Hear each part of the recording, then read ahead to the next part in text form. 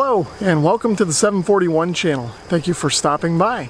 Today we're going to take a look at this Remington 2510 weed whacker and see if we can get it running a little bit better. Now it does run, but when I do run it, I have to get the throttle positioned just right, somewhere between the 2 and 3 position, and then it'll run okay, but it's still kind of boggy. Any other position and it really just won't run. It'll just die when I give it throttle. So probably something going on with the carburetor. Let's see if we can take it apart and have a look. First, I'll just try and get it started and show you guys what I'm talking about.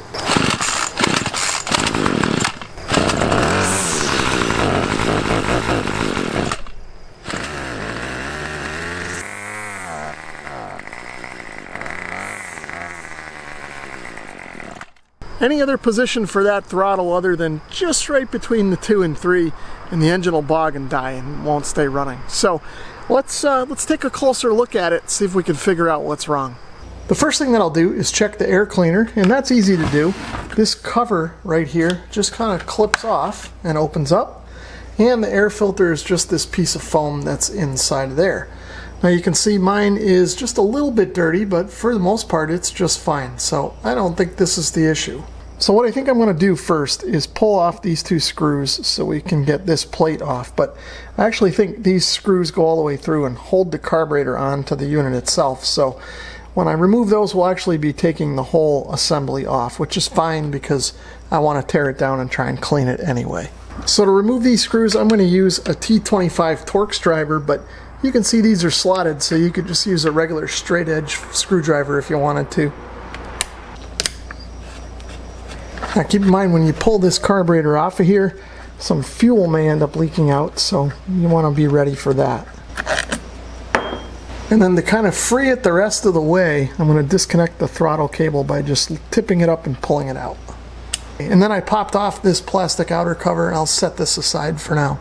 So the next thing I want to do is pull the fuel lines off. Now normally those are on there pretty hard, but I found out that this black one just about fell off of the carburetor, and when it did, fuel started shooting out of it. So I'm going to take this thing outside off my bench and drain the fuel into a container. So I've got the black line off and I've got all the fuel drained out of it. And now what I'll do is I'll try and get the green one off. I'm going to use this screwdriver to try and get under it and help work it off. So I finally got both of those off. Let's bring this back in the garage and work on it there. So I've got this in the container still. I'm going to use the primer bulb to try and evacuate as much fuel as I can. And now what I'll do is pull this cover off and see what it looks like under there. As you can see, there's 2 screws that hold on the primer bulb cover.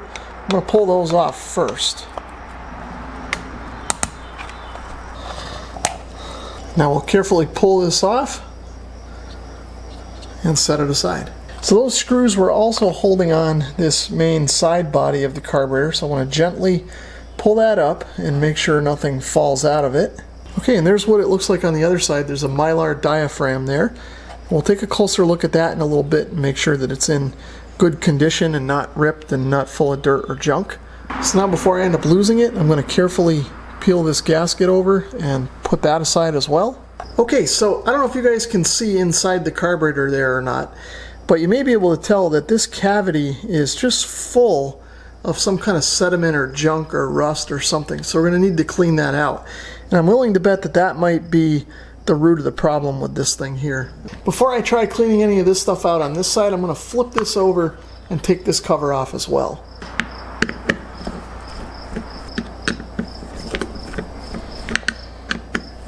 You can see the inside of this cover looks pretty good. So taking a look at this diaphragm, there's just a small amount of debris in there. It's pretty clean, although it does have this kind of strange wrinkle in it here. That may or may not indicate a problem, I'm not sure. So what I'll do now is just very gently kind of work this up and pull it off. There's a look at the other side. That actually looks pretty clean too. So right here, hopefully you guys can see it, there is a needle valve and an actuator, and just testing that out, it seems to be working okay. But what I'll do is pull this screw off so that we can pull this whole assembly out and then look inside there and make sure that there's no sediment in there. So you want to be careful because there's this hinge pin right here, the needle itself, and then a little spring in the middle. And if you're not careful, these things can go flying and it'll be hard to find. Not sure if that's going to show up in the camera or focus, but this needle looks just fine to me. So I'm just going to set this aside. And before I lose it, I'm going to set this spring aside too. And then taking a look down in there, it actually all looks pretty clean. I don't think there's any problems there. But what I'll do now is get the carburetor cleaner out and see if we can give this thing a good cleaning. Okay, so I sprayed some carburetor cleaner on here.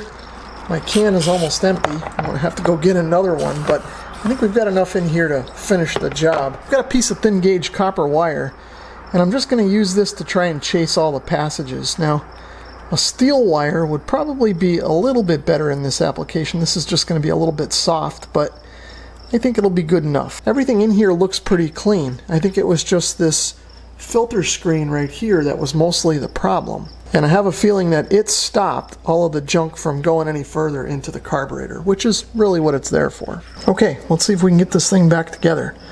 First thing I'll do is bring the spring in for the needle valve. And then what I'll do is I'll grab the needle valve keeper and put the hinge pin back in. And then I'll attach the needle valve itself into the keeper just like that. So what I'll do now is try and bring in the whole assembly with the needle valve on it, the hinge pin, and the actuator.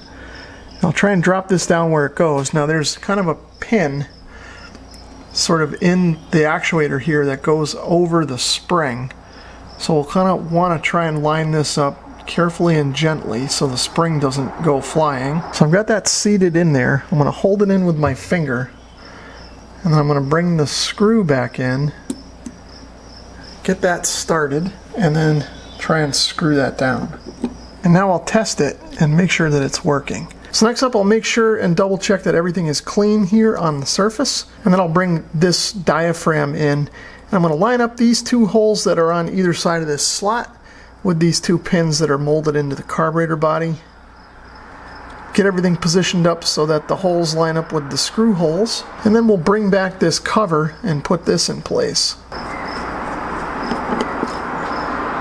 So next up, I'm going to want to clean underneath this diaphragm and this cover. You can see there's evidence of that sediment right here, which goes in line with where that fuel screen is on the main carburetor body. So what I'm going to do is I'm going to carefully get under this diaphragm with a small flathead screwdriver and just very gently separate it from the cover. So now we'll pull this off and set it aside. So there's also a gasket under here that's going to need to come off. And this is pretty well stuck onto the carburetor body. So I'm going to use an X-Acto knife to try and work this loose. Now I want to be very careful with this. So I think I've gotten it free, although I think I did damage the back side of it just a little bit. But I think it was necessary because we needed to really get under it to clean all this garbage out of here. And I think if I were to squirt carburetor cleaner on here with this thing on here, I think it would just kind of damage the gasket in the first place. Not sure if I can find a replacement for one of these or not, but I can certainly look online and see what I can find. If not, I'm just going to clean this up as best I can and try and reuse it. So while I was letting this thing soak in the carburetor cleaner, I did a quick online check, and it turns out you could get a whole replacement carburetor for about $12 for this thing, which is probably what I should have done in the first place. But anyway, I couldn't find just the gasket by itself. If I wanted to make a new one, I'd have to try and get some gasket material and make my own, which I don't think it's worth it. So I'm going to reassemble everything with this gasket. I'll probably try and clean it up a little more than what it is, and we'll see if it works. If it doesn't, then I'll just go get that new carburetor, and that'll probably take care of everything. Anyway, we're ready to reassemble. I've got the cover all cleaned up. I chased all the passages with my copper wire, so we're good there. I've got the gasket all cleaned up. I got all the sediment off of it and loose fibers. So now I'll just drop it back onto the cover. There's two pins that line up with two holes on the gasket here, so it can only go one way. And then I've got the diaphragm here, which is in good shape too. I just double checked it and make sure there was nothing stuck to it and that there were no tears in it, and it all checked out just fine. So I'm going to drop that in place as well. Now before I reassemble this to the carburetor body, I also took a look at the primer bulb, and I made sure that that was clean inside. I didn't see any evidence of sediment or anything in there. So that's good to go. So now I can just reassemble the carburetor body to the cover. Now there are 2 holes in the body that line up to the pins on the cover, so we're going to want to make sure those line up. And I'm going to need to actuate the throttle a little bit here just to get this lever out of the way so it doesn't hit the throttle stop. So this diaphragm is pretty loose on here, so I'm going to just keep it kind of upside down here and bring the carburetor body on top of it just to make sure everything stays in place. Now that I've got that seated, I'm going to bring back the primer bulb and get that positioned, and then I'll bring back the 2 screws that hold everything together and put those in. Okay, so that's it. Time to throw this thing back on the machine. I'm going to get the carburetor reinstalled on the machine.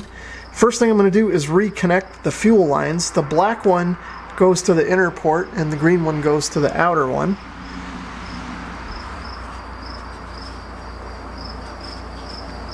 And then I'm going to reattach the throttle cable here. One thing I forgot to mention is that I did inspect this surface and make sure it was clean and in good condition, and it is. So now we'll continue with the install. So next up, what I'll do is I'll put this paper gasket onto the plastic cover, and I'll put one of the screws through just to get it started to kind of help hold the gasket in place. So then I'll position the carburetor where it needs to go, and then just try and line everything up and put the screw in place. And I'll just get those threads started and then bring in the other screw and get that in place and lined up. Now that I got everything positioned, I can just tighten it back up. Now we'll just make sure that the air filter is in place, close this cover, and we're ready to give this thing a try.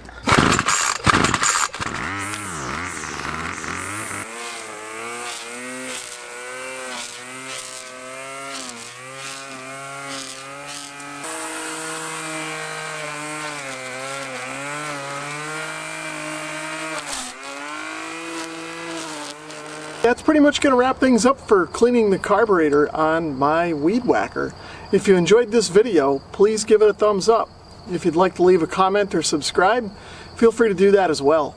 If you'd like to support my channel in another way, please consider visiting my Amazon store, which is linked in the description below. Thanks for watching.